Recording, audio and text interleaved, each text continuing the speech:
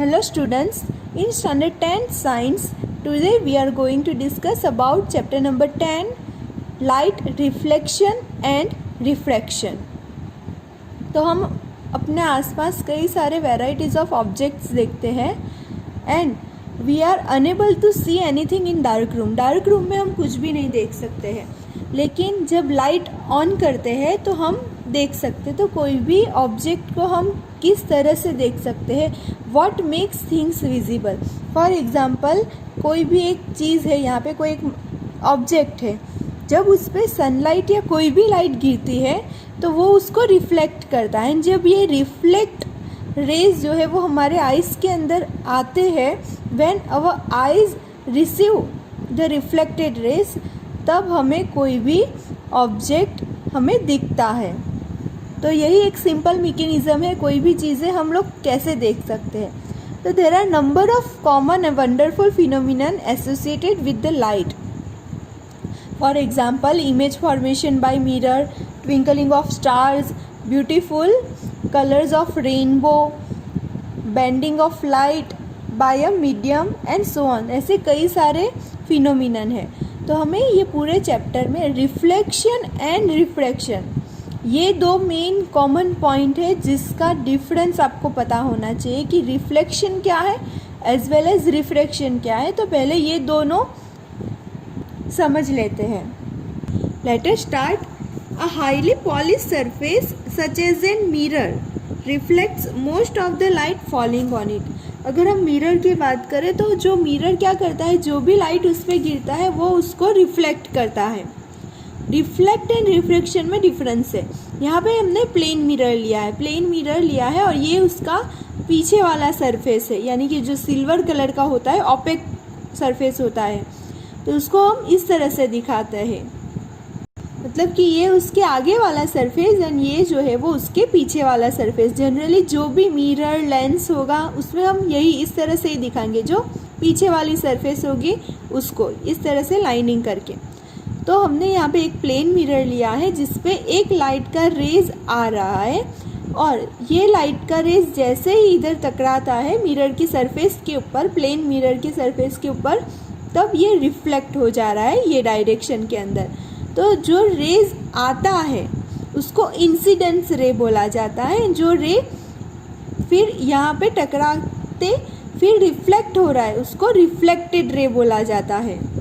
तो लाइट आती है, टकराती है और वो वापस रिफ्लेक्ट हो जाती है, तो ये रिफ्लेक्शन. अगर उसका डेफिनेशन देखें तो the phenomenon of bouncing back of the रे of light, it is incident on polish surface. इसका मतलब यही है कि अगर कोई रेज आ रहा है, इंसिडेंस हो रहा है पॉलिश सरफेस के ऊपर, तब वो फिर से बाउंसिंग बैक हो जाता है.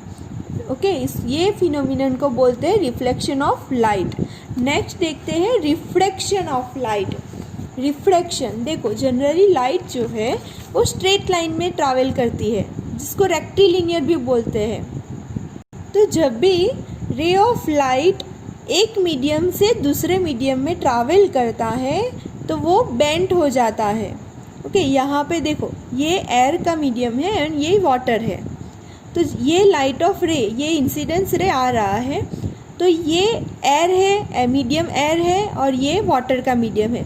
तो जब भी ये एयर में से वाटर में एंटर करेगा, दिस पॉइंट एयर में से जैसे ही वाटर में एंटर करेगा तो ये रे बेंड हो जाएगा, स्ट्रेट लाइन में ट्रैवल नहीं करेगा.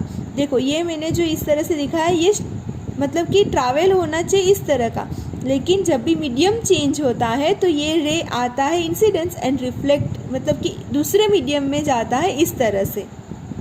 तो इसका डेफिनेशन देखिए, the phenomenon of bending ray of light when it is enter from one medium to another medium. Medium 1 it means air, medium 2 it means water. जब एक मीडियम से दूसरे मीडियम में रे ऑफ लाइट एंटर करता है तब वो बेंड हो जाता है, रे जो है वो बेंड हो जाता है, तो उसको बोलते हैं रिफ्रैक्शन. तो ये डिफरेंस पता होना चाहिए, रिफ्लेक्शन एंड रिफ्रैक्शन. तो आप लोग को ये दोनों जो डेफिनेशन है वो अपने नोटबुक में नोट कर देने हैं. नेक्स्ट अभी हम लोग देखने जा रहे हैं लॉ ऑफ रिफ्लेक्शन बहुत बार पूछा जाता है 2 मार्क्स में, लॉ ऑफ रिफ्लेक्शन। तो मैंने आपको समझाने के लिए इस तरह का कर दिया है। फर्स्ट लॉ समझते हैं हम लोग। देखो, ये इसको हम इंसिडेंस रे बोलते हैं, इसको रिफ्लेक्टेड रे बोलते हैं। तो ये रेज आ रहा है, इंसिडेंस हो रहा है ये प्लेन मिरर पे, एंड ये रेज इस तरह से टकरा के रिफ्लेक्ट हो रहा है वापस। तो जहाँ जिस पॉइंट पे रिफ्लेक्ट हो रहा है, रिफ्लेक्ट करना यानी जिस पॉइंट पे यहाँ पे इंसिडेंस हो रहा है, यहाँ पे हम लोग अगर इस तरह से परपेंडिकुलर, इसको नॉर्मल बोलते हैं, जो हम लोग लाइन ड्रॉ कर रहे हैं उसको नॉर्मल बोलते हैं। तो ये नॉर्मल एंड इंसिडेंस रे जो आ रहा है उसके बीच का जो एंगल होता है उसको एंगल ऑफ इंसिडेंस बोला जाता है और उसको आई से डिनोट किया जाता है। एंड ये नॉर्मल एंड रिफ्लेक्टेड रे, उसके बीच में जो एंगल होता है इसको एंगल ऑफ रिफ्लेक्शन बोला जाता है, जिसको आर से रिप्रेजेंट करते हैं। Our first law of reflection of light is angle of incidence is equal to angle of reflection, i is equal to r. यानी कि जिस एंगल पे मतलब इंसिडेंस रे आ रहा है वही एंगल पे रिफ्लेक्शन भी होगा, आई इज इक्वल टू आर। यही जो नॉर्मल हम ड्रॉ करते हैं वो ये पॉइंट से परपेंडिकुलर ऑलवेज ड्रॉ किया जाता है। Second law of reflection of light is the incidence ray, the normal as well as the reflected ray all lie in the same plane. ये तीनों जो है वो सेम प्लेन में लाई होंगे। उसका मतलब ये है कि ये तीनों का प्लेन कोई अलग नहीं होगा, उन तीनों का प्लेन एक ही होगा। फॉर एग्जाम्पल यहाँ पे समझाती हूँ। For suppose this is incidence रे, दिस इज रिफ्लेक्टेड, एंड ये जो ब्लू वाला है वो है नॉर्मल, जो हम नॉर्मल ड्रॉ करते हैं। ये जो प्लेन मिरर होता है उसका पॉइंट पे जो इंसिडेंस होता है उस पर नॉर्मल ड्रॉ करते हैं हम लोग।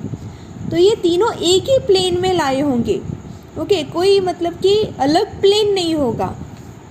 और ये जो लाइट रिफ्लेक्शन लॉ है वो दोनों सरफेस पे एप्लीकेबल होगा। जैसे कि हम बात करें रेगुलर सरफेस या तो इरेगुलर सरफेस। रेगुलर मतलब ऐसे स्ट्रेट ही, इरेगुलर मतलब इस तरह का सरफेस होता है, और अगर लाइट मतलब कि लाइट ऑफ रे इस तरह से आ रहा है और वो रिफ्लेक्टेड होगा तो ये ही लॉ के हिसाब से होगा कि उसका जो आई होगा यानी कि angle of incidence and angle of reflection both are same. तो कोई भी सरफेस ले लो, ये दोनों के ऊपर एप्लीकेबल होगा, as well as including also spherical mirror surfaces, spherical surfaces जिसके बारे में हमें अभी पढ़ना ही है। नेक्स्ट हम लोग देखते हैं image formation by plane mirror. ये आप लोग सीख चुके हो लेकिन आप लोग की टेक्स्ट बुक में है, तो एक बार फिर से रिवाइज कर जाते हैं कि प्लेन मिरर से इमेज फॉर्मेशन जो होगा वो किस तरह से होगा। तो first is image form by a plane mirror is always virtual and erect. For example कोई भी इमेज फॉर्म हो रहा है, जैसे कि प्लेन मिरर, इसका मतलब हमारे घर में जो आईना लगा होता है वही होता है। तो जो उससे इमेज फॉर्म होता है वो कैसा होता है, ऑलवेज इरेक्ट, हम सीधे ही दिखते हैं। हम अगर खड़े हैं तो हम ऐसे सीधे ही दिखते, उल्टे नहीं दिखते। तो image formation is always erect. Virtual यानी झूठा, जो हम लोग फॉर एग्जाम्पल एक ऑब्जेक्ट यहाँ पे है, ओके, और ये जो मैंने मोमबत्ती दिखाई है और हम यहाँ से देख रहे हैं, तो ये इसके जो रेज है वो इधर प्लेन मिरर से टकरा के इधर आ रहे हैं। लेकिन देखो इमेज फॉर्म कब होता है, जब रेज, रिफ्लेक्टेड रेज जब मीट करते हैं, तो ये रिफ्लेक्टेड रेज पीछे मीट करेंगे, ओके, इसीलिए ये जो इमेज है उसको वर्चुअल बोला जाता है। एंड ये जो मोमबत्ती हमें दिखेगी ऑफकोर्स वो हमें इरेक्ट ही दिखेगी, इसीलिए image form by a plane mirror is always virtual and erect. Erect मतलब कि सीधा, ये मोमबत्ती है वो हमें सीधी ही देखने वाली है, वो उल्टी हमें नहीं दिखने वाली है। Next is size of an image is equal to that object. उसका जो साइज होगा वही हमें दिखेगा, ओके, ना छोटा ना बड़ा होगा, जो साइज उसका है वही हमें दिखेगा। Third is image form is as far behind the mirror as object in front of it.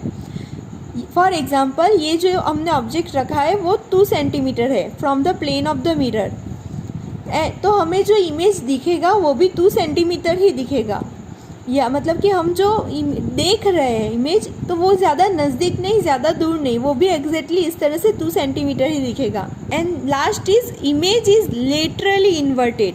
Laterally inverted मतलब क्या? फॉर एग्जांपल हम खड़े हैं और हम अपना लेफ्ट हैंड ऊपर कर रहे हैं तो हमें राइट हैंड दिखता है, ओके, ये लेटरली इन्वर्टेड। और अगर लेटर की बात करें तो लेटर भी उल्टे दिखते हैं यहाँ पे। और आपने कई बार देखा भी होगा कि एम्बुलेंस पे इन्वर्टेड लेटर में लिखा जाता है।